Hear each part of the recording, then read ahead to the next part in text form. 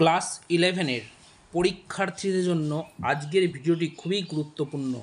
কেননা আজকের ভিডিওর মাধ্যমে তোমাদেরকে জানাবো যে তোমাদের যে ফার্স্ট সেমিস্টার পরীক্ষা হবে, ফার্স্ট সেমিস্টার পরীক্ষায় তোমরা কীভাবে ওএমআর সিট পূরণ করবে, কীভাবে নাম লিখতে হবে, কীভাবে রোল নাম্বার লিখতে হবে, রেজিস্ট্রেশন নাম্বার লিখতে হবে, যাবতীয় তথ্য তোমাদের সামনে এই ভিডিওর মাধ্যমে তুলে ধরবো। ভিডিওটি তোমরা প্রথম থেকে শেষ পর্যন্ত দেখো, আশা করি এই ভিডিওর মাধ্যমে তোমরা প্রচুর উপকৃত হবে। তাছাড়া এই ভিডিওটা তোমরা দেখে রাখো, তাহলে পরীক্ষা সেন্টারে অর্থাৎ পরীক্ষা হলে কীভাবে তোমাদেরকে কী করণীয় সেগুলো তোমরা কিন্তু জানতে পারবে। তো দেখো, এই নোটিশটি জারি করা হয়েছে 5/8/2024 West Bengal Board of Higher Secondary Education থেকে। তো দেখে নাও, আমি তোমাদের সরাসরি তোমাদের দেখিয়ে দিব যে ওএমআর সিট কীরকম হয়, কীভাবে ফিল আপ করতে হয় সেগুলো বিষয় নিয়ে। তো দেখো, প্রথমে তোমাদের সামনে আমি ওএমআর সিটটা তুলে ধরেছি। ওএমআর সিটে কী কী লিখতে হবে তোমরা দেখে নাও। রেজিস্ট্রেশন নাম্বার তোমাদেরকে লিখতে হবে, রোল নাম্বার লিখতে হবে, কোশ্চেন বুকলেট সিরিয়াল নাম্বার লিখতে হবে, কোশ্চেন বুকলেট সেট নাম্বার লিখতে হবে, সাবজেক্ট কোড লিখতে হবে। এইগুলো তোমাদেরকে ফিল আপ করতে হবে। কীভাবে ফিল আপ করতে হবে সেটাও তোমাদেরকে আমি জানিয়ে দিচ্ছি। তো দেখো, প্রথমে আছে রেজিস্ট্রেশন। একটা বোঝালে তোমরা এখান থেকে অনেক কিছুই বুঝে দিতে পারবে।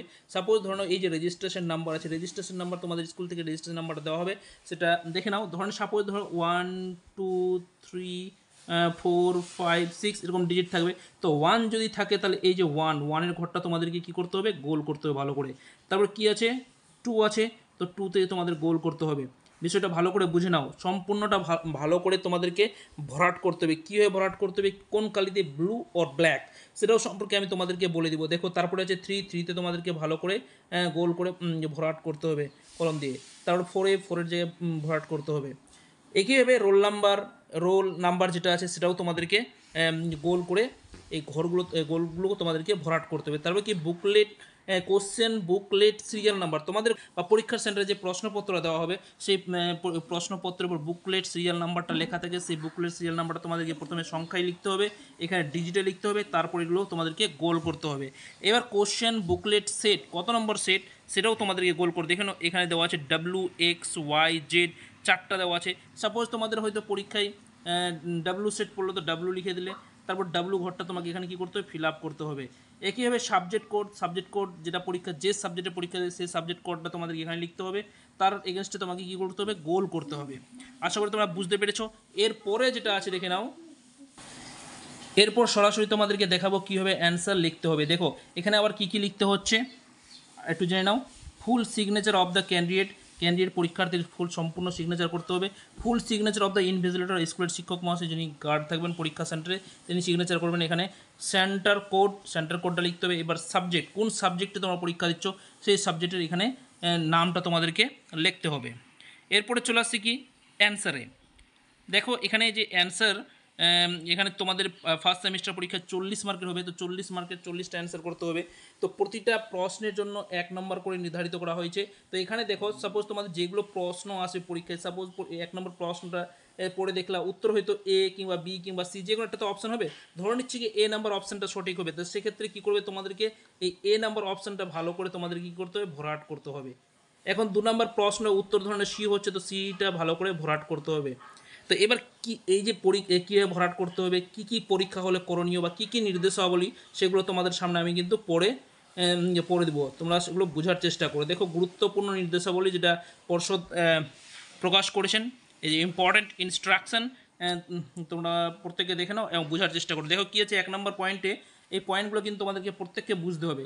পরীক্ষার্থীকে OMR উত্তরপত্র পূরণ করার জন্য কেবলমাত্র নীল বা কালো বল পয়েন্ট পেন ব্যবহার করা আবশ্যিক। দেখো, এখানে উল্লেখ করে দিচ্ছে তোমরা পরীক্ষা হলে নীল কালি কিংবা কালো কালির যে কোনো এক ধরনের তোমরা কলম ব্যবহার করতে পারবে। ওকে, তারপরে দেখো 2 নম্বরে কী লেখা আছে, OMR উত্তরপত্রে 1 থেকে 6 এবং 9 সবকটি পূরণ করতে হবে। যেগুলো একটু আগে তোমাদেরকে আমি বলে দিলাম, যে রেজিস্ট্রেশন, রোল,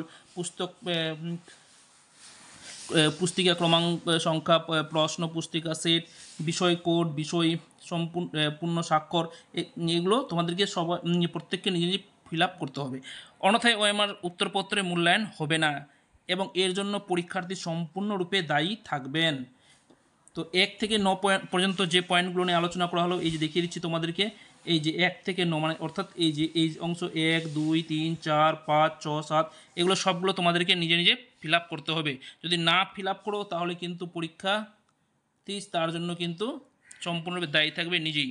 তো 3 নম্বরে দেখো কী লেখা হয়, যত্ন সহকারে বৃত্তগুলি পূর্ণরূপে গাঢ় ভরাট করতে হবে, পেনের কালি বৃত্তের বাইরে যাবে না, কোনোরূপ পরিবর্তন বা কাটা বা ওভার রাইটিং মোছার অনুমতি নেই। দেখো এখানে ভালো উল্লেখ করে দিয়েছে, যত্ন সহকারে সেগুলো ফিল আপ করতে হবে, ভরাট করতে হবে, পেনের কালি বৃত্তের জন্য বাইরে না যায় সেদিকে কিন্তু ধ্যান রাখতে হবে।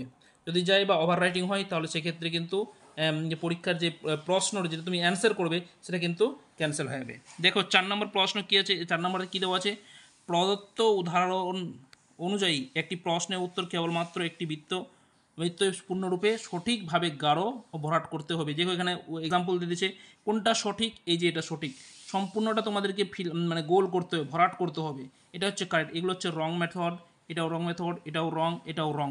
আরেকটা বলে রাখি, একটা প্রশ্নের উত্তর দুটা গোল করা যাবে না, দুটা গোল করলে সেটা কিন্তু প্রশ্নের অ্যান্সারটা কিন্তু ক্যান্সেল হয়ে যাবে।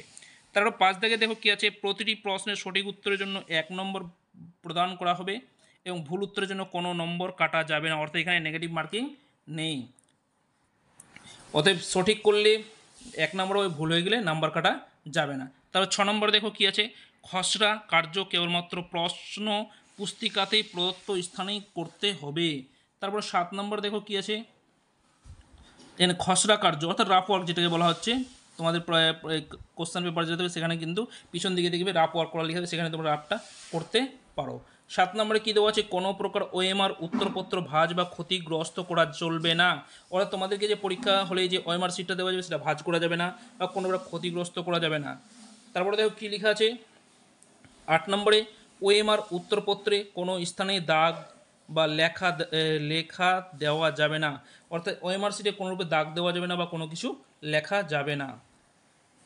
তারপর 9 নম্বরে কী দেওয়া আছে, পরীক্ষার্থী পরীক্ষার কক্ষ ত্যাগ করার পূর্বে ওএমআর উত্তরপত্রটি ইনভিজিলেটরকে অবশ্যই জমা দিতে হবে, পরীক্ষার্থী কেবলমাত্র তার সাথে প্রশ্ন পুস্তিকা নিয়ে যেতে পারবেন, অর্থাৎ পরীক্ষা তোমাদের যখন শেষ হবে, শেষ হওয়ার পর ওএমআর সিটটা ওই পরীক্ষা তোমাদের রুমে যিনি থাকবেন অবজারভার ইনভিজিলেটর অর্থাৎ যিনি গার্ড থাকবেন পরীক্ষা হলে তাকে জমা দিয়ে যেতে হবে। কিন্তু পরীক্ষা কেবলমাত্র পরীক্ষা শেষের সময় সেই ওএমআর সিট কোনো মতোই নিয়ে যাওয়া যাবে না বাইরে, শুধুমাত্র প্রশ্ন পুস্তিকা অর্থাৎ কোশ্চেনটা যেটা পরীক্ষার যে কোশ্চেনটা থাকবে সেটা নিয়ে তোমরা বাইরে যেতে পারো, মানে যেতে পারো। 10 নম্বর কী দেওয়া আছে, উল্লেখিত নির্দেশাবলী পালন বা মান্য না করলে ওএমআর উত্তরপত্রটি বাতিল হিসাবে গণ্য হবে, মূল্যায়ন করা হবে না। এই যে বলে দিচ্ছে এগুলো নির্দেশ না মেনে চললে ওএমআর সিটটা কী করে বাতিল করে দেওয়া হবে, বাতিল মানে পরীক্ষা ক্যান্সেল একেবারেই। তারপর 11 নম্বর কী বলেছে, ওএমআর উত্তরপত্রটি সকল বিষয়ের জন্য সাধারণ পরীক্ষার্থী অবশ্যই ওএমআর উত্তরপত্রের উত্তর শুরু করে 1 নং প্রশ্ন থেকে যতগুলি প্রশ্ন আছে তত পর্যন্ত অর্থাৎ অবশ্যই ক্রমিক নম্বরগুলি ফাঁকা বা অব্যবহৃত রাখতে হবে। তো যাই হোক 11 নম্বর, এবার দেখো কী লেখা আছে, তোমরা বিষয়টা বুঝতে পেরেছো। শেষে কী বলেছে, পরীক্ষার্থী অবশ্যই আমার উত্তরপত্রে বক্স নম্বর 9 তার নির্বাচিত বিষয়গুলি পুরো নাম লিখবেন, নির্বাচিত বিষয় যেদিন যেটা সাবজেক্টের পরীক্ষা সেই সাবজেক্টের নামটা কিন্তু অবশ্যই লিখতে হবে, পরীক্ষার্থী তার নির্দিষ্ট বিষয় অনুযায়ী উত্তর করবে। তো এই ছিল পরীক্ষা সংক্রান্ত বিষয়ে গুরুত্বপূর্ণ নির্দেশাবলী, আশা করি তোমরা প্রত্যেকে বুঝতে পেরেছো। তো ভিডিওটি কেমন লাগলো অবশ্যই তোমরা কমেন্ট বক্সে কমেন্ট করে জানাবে, ভালো লাগলে অবশ্যই লাইক করো, বন্ধুদের শেয়ার করো, আর চ্যানেল নতুন থাকলে অবশ্যই চ্যানেলটিকে সাবস্ক্রাইব করে নিয়ে পাশে থাকো। ধন্যবাদ।